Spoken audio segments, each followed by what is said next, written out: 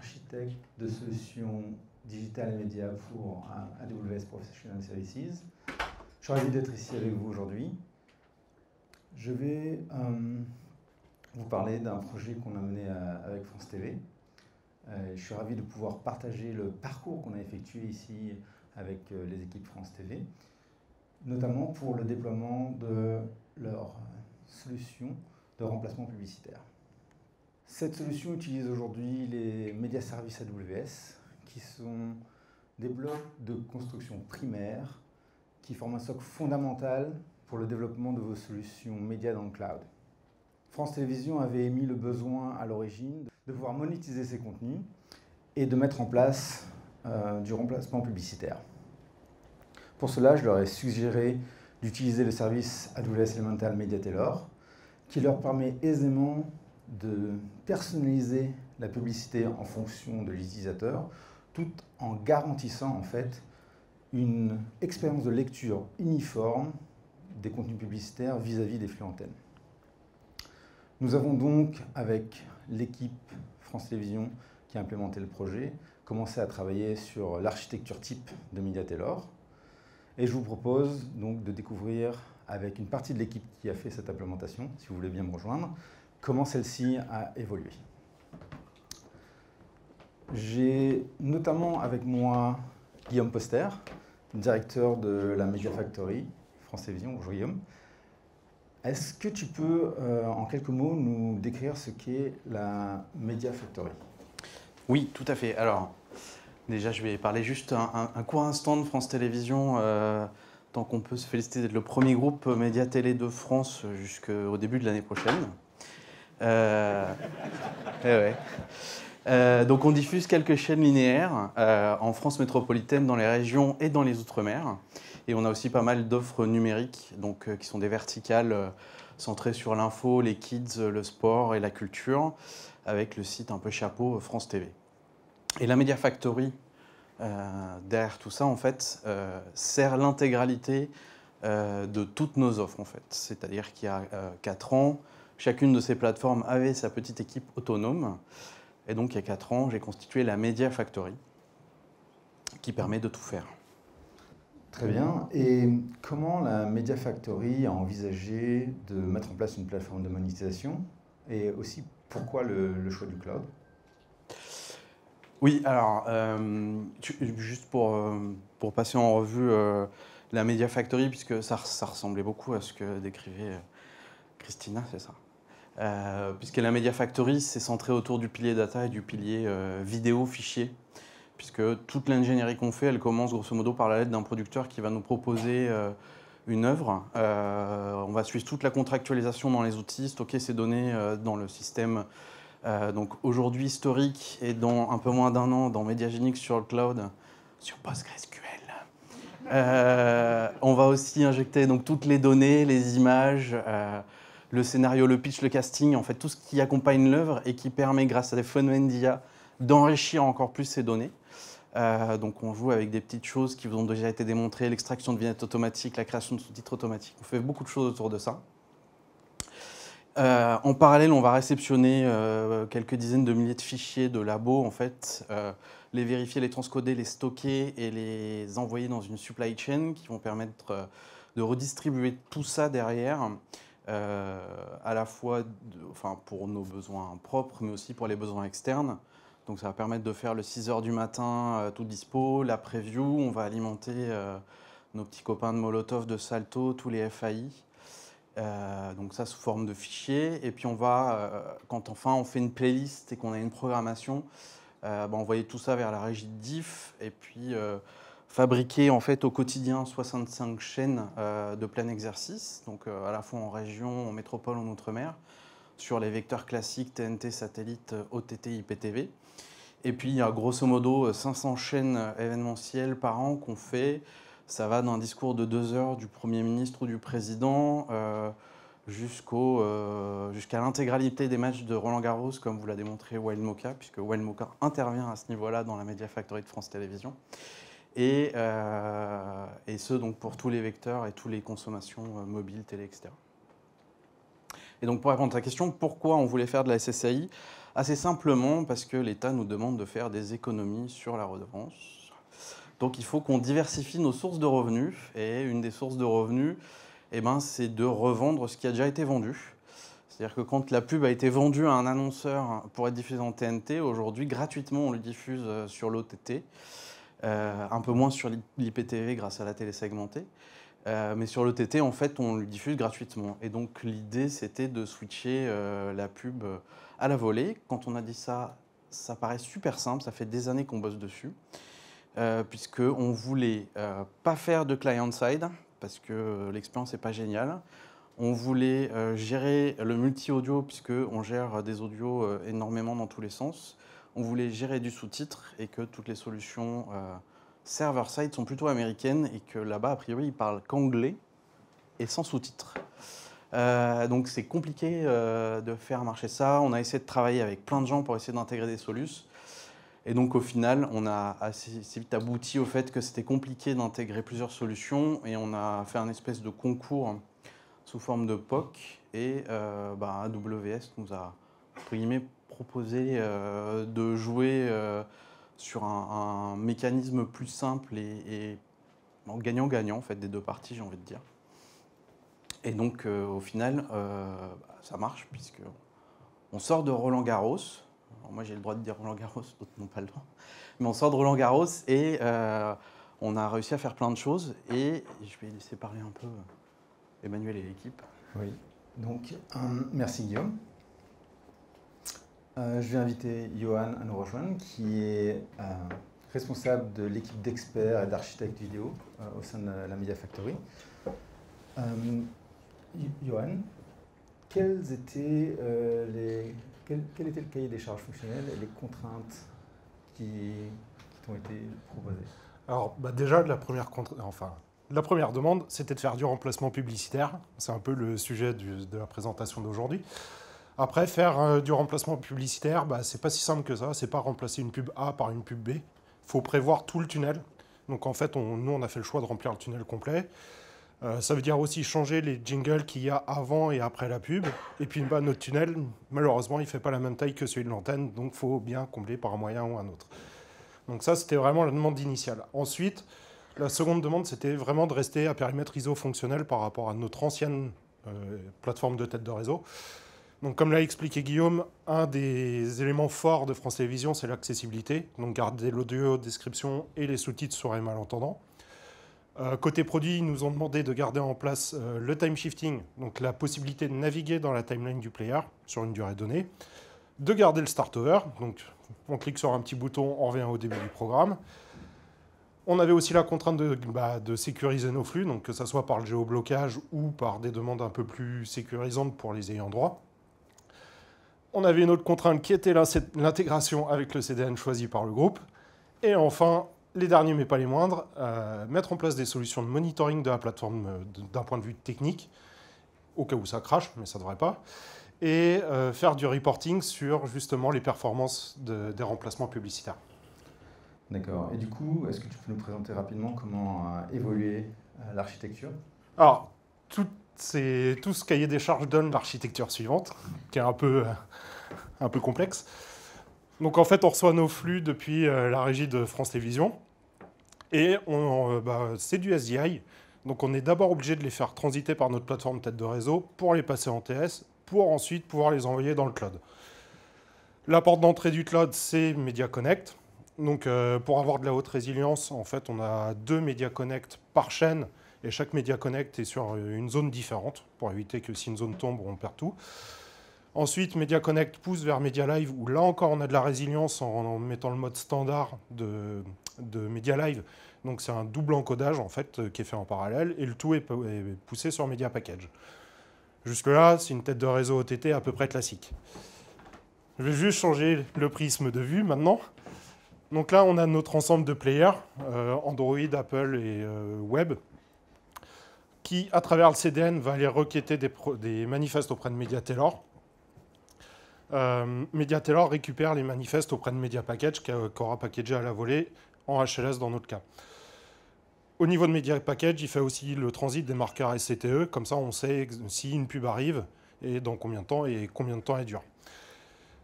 MediaTailor détecte ces marqueurs et c'est à ce moment-là en fait qu'il va faire la manipulation de manifeste, donc sur une requête d'un player, d'un client. Et donc MediaTailor va changer le manifeste à la volée pour justement insérer des chunks de pub. Comment il l'aura fait? Il aura fait une add request à notre serveur de pub qui est FreeWheel, pour notre cas, et FreeWheel va lui répondre « Tu as une pub qui dure 4 minutes, bah voilà le nombre de pubs et les liens vers les médias que tu dois insérer dans le manifeste. » Et donc tout ça est ensuite lu par le player. On a une brique pour la sécurité donc, qui est basée sur Spec avec 2 AWS Lambda, 2 API Gateway et une AWS DynamoDB. Et tout le reporting, une grosse partie du reporting est fait à travers CloudWatch. Donc soit en accès direct pour nos équipes produits et partenariats, soit à travers une intégration qu'on a fait avec notre hyperviseur qui est utilisé par l'équipe de monitoring 24/7. Il me semble que tu as un exemple de la solution. Si tu peux nous expliquer ce qui se passe à l'écran. Alors voilà un rendu. Donc là, on est sur le flux live. C'était un partenariat. Voici notre jingle d'entrée de pub. Donc la première pub. Après, j'ai un petit peu coupé pour essayer d'aller plus vite. Ça, c'est la dernière pub du tunnel pub. Notre jingle, notre boucle de comblement et un raccrochage qui va s'effectuer de façon seamless sur le flux antenne. Voilà. Très bien. Et comment s'est passée l'intégration avec AWS? Bah bien, parce qu'au final, on n'a pas tant de points d'intégration que ça. Au final, on n'a que 4 points d'intégration. Donc on a la livraison de nos flux au format SRT. On a une intégration avec le serveur de pub en VAST. On a notre CDN qui est intégré avec MediaPackage et MediaTailor. Et notre hyperviseur qui est connecté à CloudWatch. Donc il y a très peu d'intégration et ça s'est fait relativement facilement. Très bien, je te remercie Yoann. Je retourne vers toi Fatima. Donc, Fatima Mekawi, chef de projet au sein de la Media Factory. Fatima, comment s'est passée la gouvernance du projet? Merci Emmanuel, bonjour à tous. Donc effectivement, on vient de voir que l'architecture était vaste et complexe. Donc, le mettre en place, ça a nécessité la contribution de plusieurs équipes. L'équipe CDE qui opère les régies de diffusion France TV, l'équipe Edeliver qui effectue l'ingénierie au mode RAN, l'équipe expertise vidéo, Yoann fait partie de cette équipe-là qui a fait la conception techniquement de la solution et le déploiement de la solution AWS. L'équipe FTP, en fait, qui paramètre et contrôle les ad serveurs. L'équipe exploitation du numérique qui gère la configuration de CDN. Ensuite, les équipes player web et app qui ont intégré le player France.tv app et web pour qu'il supporte en fait le workflow SSAI. L'équipe produit logiciel, on a dans l'audience Emmanuel, là, bonjour, qui fait le pilotage automatisé de certaines fonctionnalités de la plateforme. Et dernièrement, les équipes Cockpit et la cellule vidéo qui ont mis en place une supervision efficace de l'infrastructure et des services de plateforme. Donc pour moi, la question, c'est que comment réussir un projet transverse, surtout dans le contexte de pandémie, parce que voilà, comme Guillaume a expliqué, ce projet-là, ça a commencé depuis un moment. Donc réussir dans un contexte de pandémie, ça veut dire un contexte discontinu, à distance, qui implique plusieurs enjeux très importants. Pour moi, ces enjeux-là, je les résume en 4. C'est un enjeu en communication transparente et continue. Comment fédérer, onboarder les différentes équipes que je viens de présenter en fait, sur les mêmes objectifs de projet. Aussi, avoir identifié et piloter les différents risques dans les différentes phases de projet. Et dernièrement, le pilotage des différentes équipes pluridisciplinaires. Donc, à mon sens, toujours sur le même slide, donc à mon sens, 2 éléments étaient clés pour que ce projet voit le jour en fait. C'est 2 choses, rationaliser et dérisquer. Quand je dis rationaliser, c'est essentiellement 3 choses. Première chose, qu'à chaque problème, on trouve sa solution pragmatique. À la place de trouver une solution qui sera idéale, qui va être vraiment long à mettre en place ou qui va être aussi très chère, faut mieux juste choisir une solution qui répond à 80% de problèmes. J'essaie de faire vite.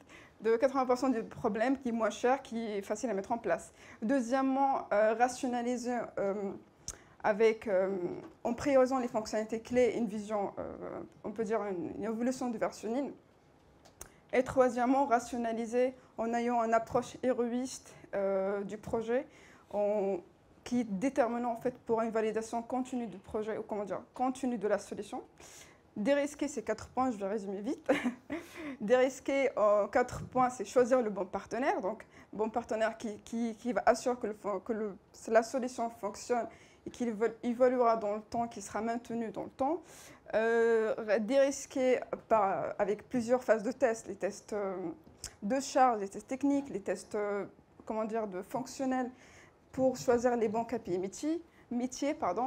Dérisquer en mettant un cahier de charge très clair et validé en fait un roadmap qui sera adapté et surtout validé par rapport à plusieurs équipes et qui prend en considération les différentes adhérences entre les différentes roadmaps des différentes équipes.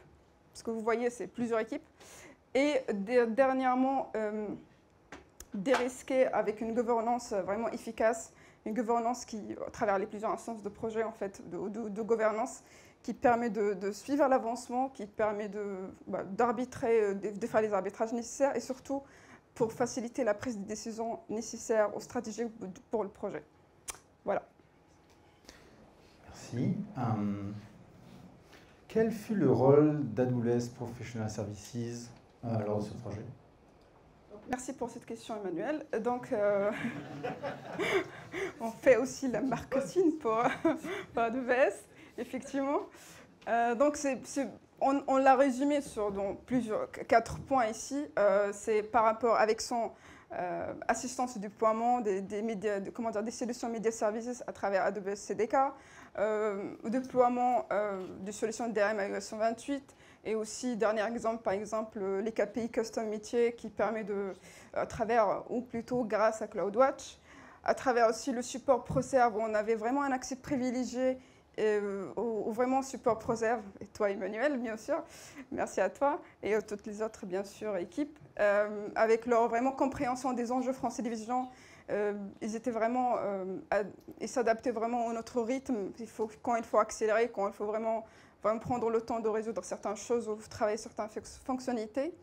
À travers les formations vraiment qui sont custom pour nos équipes partenariats, ingénierie au produit. Et dernière chose, à travers le support ticketing, je peux citer ici juste les 2 exemples de, des tickets qu'on a résolus avec AWS grâce à l'aide de AWS. C'était l'implémentation des sous-titres colorés qui répondent à la charte CSA de l'accessibilité, qui était résolue en moins d'1 mois. Et deuxième chose, c'était la correction des erreurs des synchropubs en fait liées au click-through. Voilà. Très bien. Merci Fatima.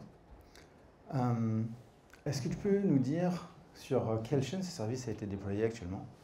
À date, on a lancé la SSAI sur France 2 et France 3. Et on envisagera aussi d'élargir ça sur d'autres chaînes en fonction de besoins dans le futur. Merci beaucoup. Guillaume, je reviens vers toi. Tu as mentionné Roland-Garros tout à l'heure. Est-ce qu'il serait possible de partager avec nous quelques éléments de performance de ce service sur un tel événement? Oui, alors déjà la bonne nouvelle, c'est que la plateforme elle a encaissé notre pic traditionnel Roland-Garros. Puisqu'on a eu grosso modo dans nos abacs classiques avec plusieurs millions de vidéos vues. Ce qui est cool aussi, c'est qu'on a eu plusieurs millions de pubs diffusées, et donc ça c'est plutôt une bonne nouvelle. Et surtout quelque chose qui nous posait beaucoup de questions, c'est qu'il n'y a pas eu de déperdition supérieure à la norme en fait dans la diffusion publicitaire. C'est-à-dire que les gens ne se sont pas forcément rendus compte qu'on était en train de leur diffuser des pubs spécifiquement pour eux et qu'on a une déperdition de pubs assez faible. Et donc, grosso modo, comme on est sur un pur incrément de revenus financiers, on est sur un ROI qui est tout à fait confortable sur un événement sportif. Petite particularité, un événement sportif, on a des bons sponsors, on arrive à bien vendre de la pub sur cette période-là, puisqu'il y a un vrai intérêt en fait, à communiquer autour d'un événement de cette nature, notamment pour les marques que vous voyez en tour de stade ou dans le peloton, quand on le fait pour le Tour de France. Donc là, en ce moment même, on a réactivé la plateforme pour la tester en ROI sur une période un peu plus creuse et mollassonne en termes d'inventaire publicitaire. Donc aujourd'hui, c'est plutôt un oui. C'est l'intérêt du cloud, c'est qu'on peut vraiment l'activer que sur les événements, si vraiment c'est rentable que sur les événements. Très bien. Et du coup, quelles sont les prochaines étapes? Est-ce que tu envisages, ou en tout cas France TV envisage de faire usage d'autres services, d'autres médiaservices AWS? Alors, on utilise pas mal de choses. Déjà, ce qu'on a présenté à l'AWS Forum, le sous-titrage automatique live, en fait, qu'on prévoit de déployer justement sur toutes les régions France 3, qui aujourd'hui ne sont pas sous-titrées dans leurs heures régionales, en fait, puisque ce serait trop coûteux de le faire à la main. Il y a tout ce qui est UHD en live et en VOD, et effectivement, comme quelqu'un l'a cité, c'est un peu lourd en gigaoctets, et donc économiquement c'est un peu lourd, mais on a fait des très belles choses en POC autour de Roland Garros. La SSAI, comme Fatima le disait, on va le déployer sur les autres chaînes. Alors on aimerait bien mettre un bon rythme, mais j'ai une dizaine de postes ouverts dans mes équipes, et donc ça dépend de ces recrutements-là. Bien évidemment, et puis il y a pas mal d'autres sujets qu'on a en cours avec AWS. Je parlais de Mediagenic sur lequel on est en phase de pré-industrialisation pour une ouverture l'année prochaine, où on bosse avec AWS, avec un autre cloudeur français pour avoir 2 sites de production distincts. Donc voilà, il y a plein de choses qu'on fait au quotidien. Très bien, merci beaucoup Guillaume. Merci Fatima, merci Johan, merci à vous tous de nous avoir écoutés. Pour conclure, je vous invite à consulter le QR code qui est ici disponible, qui vous dirigera vers un post sur le blog média d'AWS pour pouvoir comprendre comment déployer automatiquement vos infrastructures médias.